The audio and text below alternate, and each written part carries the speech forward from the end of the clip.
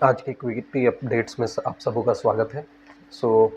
आज बुधवार 26 जून 2024 को ये वीडियो हम लोग रिकॉर्ड कर रहे हैं और आज जो है हम लोग इसमें जो इस सीरीज़ का फॉर्मेट है कि हम लोग डेटा को एनालिसिस करते हैं सो दैट कि आज के ट्रेड में हमें इन डेटा के बेसिस पे इन्फॉर्म डिसीजन लेने में हेल्प मिल सके। ग्लोबल न्यूज़ के रिस्पेक्ट में ग्लोबल जो मार्केट है उसको अगर हम लोग ध्यान में रखें तो ग्लोबल मार्केट जो है डाउ जोन्स रिलेटिवली वहाँ पे थोड़ी प्रॉफिट बुकिंग देखने को मिली है, तो वो जो है लगभग 0.76% डाउन क्लोज हुआ है। डाउ जोन्स की हम लोग बात कर रहे हैं। नास्डैक जो है टेक्नोलॉजी स्टॉक यूएस में काफ़ी तेज चल रहे हैं। 1.26% तेजी के साथ में नास्डैक जो है वो बंद हुआ था। अभी यूएस मार्केट भी जो है वो अपने ऑल टाइम हाई को मेंटेन कर रहा है। आने वाले समय में अभी जैसे रेट कट एक्सपेक्टेड है और रेट कट के हिसाब से मार्केट में ओवरऑल तेजी के सेंटिमेंट्स फर्दर होने की उम्मीद रहेगी। इंडियन सिनारियो में अगर हम लोग बात करें तो निफ्टी और बैंक निफ्टी ये सारे हाई मार्क टेरिटरी की तरफ में ही हैं। ऑल टाइम हाई के रेंज में ही सारे जो हैं वो चल रहे हैं। निफ्टी की अगर हम लोग बात करें तो निफ्टी जो है 183 पॉइंट के साथ 183 पॉइंट की तेजी के साथ में 23,700 के लेवल को क्रॉस कर चुका था। 0.78% की तेजी के साथ में निफ्टी जो है कल क्लोज हुआ था। बैंक निफ्टी की अगर हम बात करें तो बैंक निफ्टी 52,600 को क्रॉस करके लगभग 900 पॉइंट्स की तेजी के साथ में ये बंद हुआ है और ओवरऑल परसेंटेज वाइज अगर हम देखें तो 1.74% की तेजी के साथ में बैंक निफ्टी क्लोज हुआ है। मार्केट ऑलरेडी काफ़ी हायर लेवल को मेंटेन कर रहा है, तो थोड़ी बहुत प्रॉफिट बुकिंग कुछ स्टॉक्स में ज़रूर देखने को मिलते हैं। जैसे जैसे लोगों के टारगेट अचीव हो रहे होते हैं, थोड़े बहुत वो प्रॉफिट ज़रूर बुक कर रहे होते हैं और करना भी चाहिए, क्योंकि जब आप टॉप गियर में गाड़ी अगर चला रहे हैं तो होता है कि थोड़ा सा भी अगर कुछ सिचुएशन अगर इधर उधर होता है तो एक्सीडेंट होने के चांसेस होते हैं। अगर मार्केट बहुत तेज़ है और कोई भी ऑड न्यूज़ या बैड न्यूज़ अगर मार्केट में आता है तो तेज़ी से मार्केट में सेलिंग का प्रेशर आता है। ये सजेस्ट किया जाता है कि जो भी आपका पोर्टफोलियो है या इंडिविजुअल स्टॉक्स हैं जहाँ पे अच्छे खासे प्रॉफिट पे आप बैठे हैं, तो या तो अपने प्रॉफिट को आप ट्रेल कर लें, ट्रेलिंग स्टॉप लॉस वगैरह आप लगा के रखें, या फिर पार्शियल प्रॉफिट बुक करें। तो ये एक बेहतर स्ट्रैटेजी माना जा सकता है। नॉर्मली ये रिकमेंडेड होता है। सो मिड कैप में थोड़ी प्रॉफिट बुकिंग देखने को मिली कल के मार्केट में। बाकी overall market sentiment bullish side में ही है। बहुत ज़्यादा इसमें कोई ऑड न्यूज़ ना तो ग्लोबल वे में और ना इंडियन सिनारियो में देखने को मिल रहा है। मार्केट का परफॉर्मेंस जो है वो ओवरऑल गाइडेड होगा अपकमिंग बजट के साथ में। और अभी अगर हम लोग देखें तो कल जो है जो आरबीआई के गवर्नर हैं शक्तिकांता दास जी, उन्होंने स्टेटमेंट दिया है। तो स्टेटमेंट में उन्होंने इंडियन इकोनॉमी के ग्रोथ को फॉर्म बताते हुए बताया है कि इस फाइनेंशियल ईयर की भी अगर हम लोग बात करें, फाइनेंशियल ईयर 25 यानी कि 2024 से 2025 का जो फाइनेंशियल ईयर है उसकी अगर हम लोग बात करें तो 7.2% का ग्रोथ रेट एक्सपेक्टेड रहेगा। अगर इस तरह का सिचुएशन अगर हो जाता है तो ये लगातार कंसिक्यूटिव 4th ईयर होगा जहाँ पे इंडिया का जो जीडीपी का परफॉर्मेंस रहेगा वो 7.2% ग्रोथ रेट से ऊपर की तरफ में रहेगा। हालांकि अभी तक जो हमने देखा था कि जो इंडिया का जो भी परफॉर्मेंस रहा है वो रूरल सेगमेंट में उसका इफेक्ट नहीं देखने को मिला है, उसका इफेक्ट एफएमसीजी में नहीं देखने को मिला है। जबकि नॉर्मली ये होता है कि अगर जीडीपी का ग्रोथ रेट इतनी तेज़ी से होता है तो फिर इसका जो डायरेक्ट इम्पैक्ट होना चाहिए था, डायरेक्ट या इनडायरेक्ट इम्पैक्ट आपको रूरल इकोनॉमी में भी देखने को मिलना चाहिए था। तो थोड़े बहुत एनोमलीज हैं, बट स्टिल इंडिया का जो जीडीपी ग्रोथ रेट है वो 7.2% एक्सपेक्टेड है at least by Shaktikanta Das. RBI के जो गवर्नर हैं वो ऐसा बिलीव रखते हैं। आने वाले समय में ये चीज़ें देखने को भी मिल जाएंगी। उन्होंने ये भी बताया कि जो रूरल इकोनॉमी है वो पिकिंग अप कंडीशन में है। रूरल डिमांड्स जो हैं वो धीरे धीरे बढ़ रहे हैं और साथ ही एफएमसीजी में भी बाइंग वैल्यू दिख रहा है। हालांकि अभी मार्केट के हिसाब से भी हम लोग देखें तो एफएमसीजी सेगमेंट जो है उसमें बाइंग जो है हमें देखने को मिला था। तो ये आपके न्यूज़ पॉइंट्स हो गए जहाँ पे शक्तिकांता दास जी ने आके मार्केट से रिलेटेड या इंडिया की ग्रोथ प्रॉस्पेक्ट से रिलेटेड कुछ पॉजिटिव सेंटिमेंट जरूर पास ऑन किया है।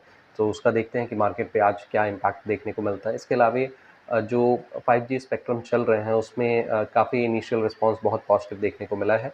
जो बिडर्स हैं उन्होंने काफ़ी बढ़ चढ़ के बिडिंग किया है। सो देखते हैं कि ओवरऑल कैसा 5G का एलोकेशन आता है।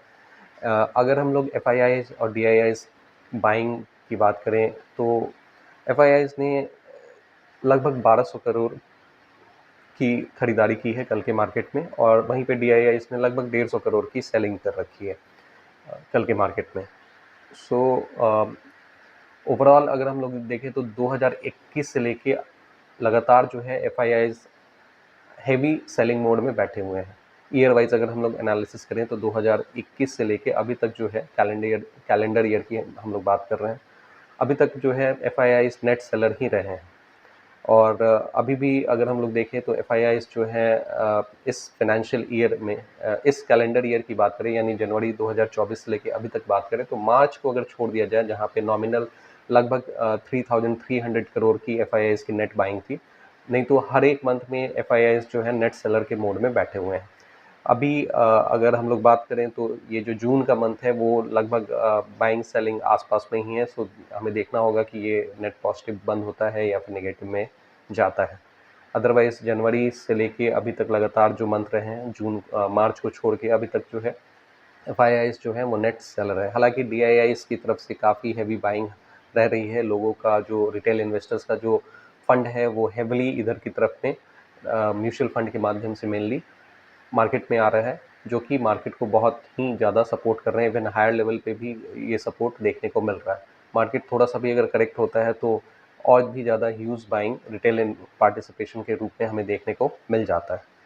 सो मार्केट का ओवरऑल स्ट्रक्चर चेंज हो गया है, जहाँ पहले कुछ टाइम पहले तक क्या होता था कि डीआईआईज़ एफआईआईज़ थोड़े बहुत भी अगर सेलिंग करते थे तो मार्केट धड़ाधड़ नीचे गिर जाता था, लेकिन आज का मार्केट उस तरह से नहीं अपीयर होता है। यहाँ पे डीआईआईज़ जो हैं ये काफ़ी ज़्यादा डोमिनेंट प्लेयर के तौर पे दिख रहे हैं, जो मार्केट को हर लेवल पे सपोर्ट करने में कैपेबल दिखते हैं। सो एनीवेज ये एक स्ट्रक्चरल चेंज है जो विथ टाइम हमें देखने को मिला है। और इसके अलावा अगर हम लोग बात करें तो इन्फ्लेशन का जो डेटा एक्सपेक्टेड था, जो शक्तिकांता दास ने मेंशन किया, वो 4% के आसपास उन्होंने मेंशन कर रखा है।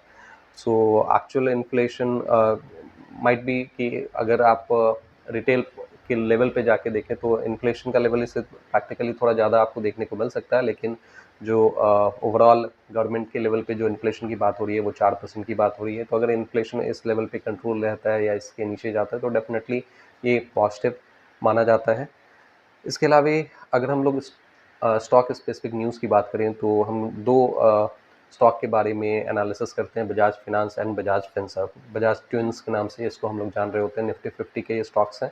और बजाज फिनांस की जहाँ तक बात है तो अभी तक ये चला नहीं है, ये काफ़ी बड़ा स्टॉक माना जाता है।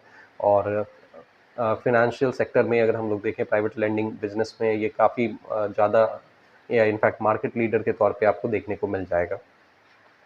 सो बजाज फिनांस जो है लगभग कंसोलिडेशन जोन में जा रहा है। हालांकि निचले स्तर से इसमें रिकवरी थोड़ी बहुत ज़रूर देखी जा सकती है, लेकिन अभी भी ये जो है इसमें अभी तेज़ी नहीं देखने को मिली है बहुत ज़्यादा, और एक कंसोलिडेशन जोन के लगभग में चल रहा है।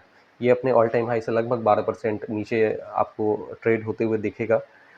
और इसमें जो है अच्छा स्टॉक है, बट ये इसकी तेज़ी जो डिपेंडेंट है वो यूएस मार्केट के रेट कट से ज़रूर गाइडेड होगी। जैसे ही यूएस मार्केट में रेट कट अनाउंस होंगे इसमें काफ़ी ज़्यादा तेज़ी एक्सपेक्टेड है, क्योंकि अगर यूएस मार्केट में रेट कट अगर होता है तो वहाँ पे यूएस गवर्नमेंट अगर रेट कट अगर कर देती है तो जो कैश फ्लो है वो इंडियन इकोनॉमी की तरफ भी आएगा। और इंडियन इकोनॉमी में जो मार्केट में जो पैसा आता है तो जनरली लार्ज कैप्स जो हैं वो ज़्यादा बेनिफिशियरी होते हैं जब एफआईआईज़ का इनफ्लो होता है। और रेट कट से बैंकिंग फाइनेंस कंपनीज को बेनिफिट मिलता है।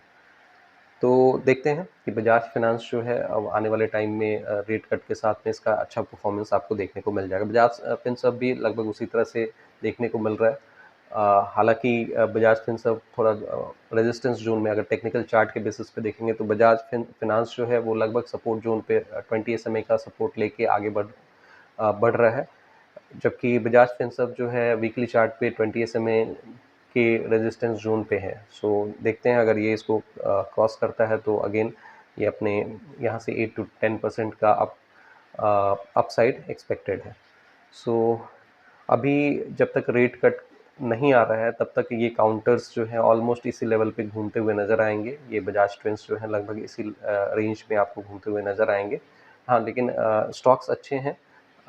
जो ग्रोथ प्रॉस्पेक्ट है इसमें आने वाले समय में अच्छा होना चाहिए, ऐसा उम्मीद किया जा सकता है। अगेन यहाँ पे एक डिस्क्लेमर मैं दे दूँ कि यहाँ मैं कोई बाई या सेल रिकमेंडेशन नहीं दे रहा हूँ। मैं जस्ट स्टॉक स्पेसिफिक एनालिसिस कर रहा हूँ जो कि प्योरली एजुकेशनल पर्पस के लिए है। आपको जो भी बाइंग या सेलिंग करनी है तो कृपया अपने फाइनेंशियल एडवाइज़र से ज़रूर सलाह लें, फिर जाके कोई भी बाइंग सेलिंग का स्टेप लें। सो अगर आपको लगता है कि इस वीडियो से कुछ भी वैल्यू आपको मिला है तो आप इस वीडियो को लाइक करें, इस चैनल को सब्सक्राइब करें और अगर आपके कुछ क्वेरीज हैं तो नीचे कमेंट बॉक्स में ज़रूर मेंशन करें। Thank you for your participation.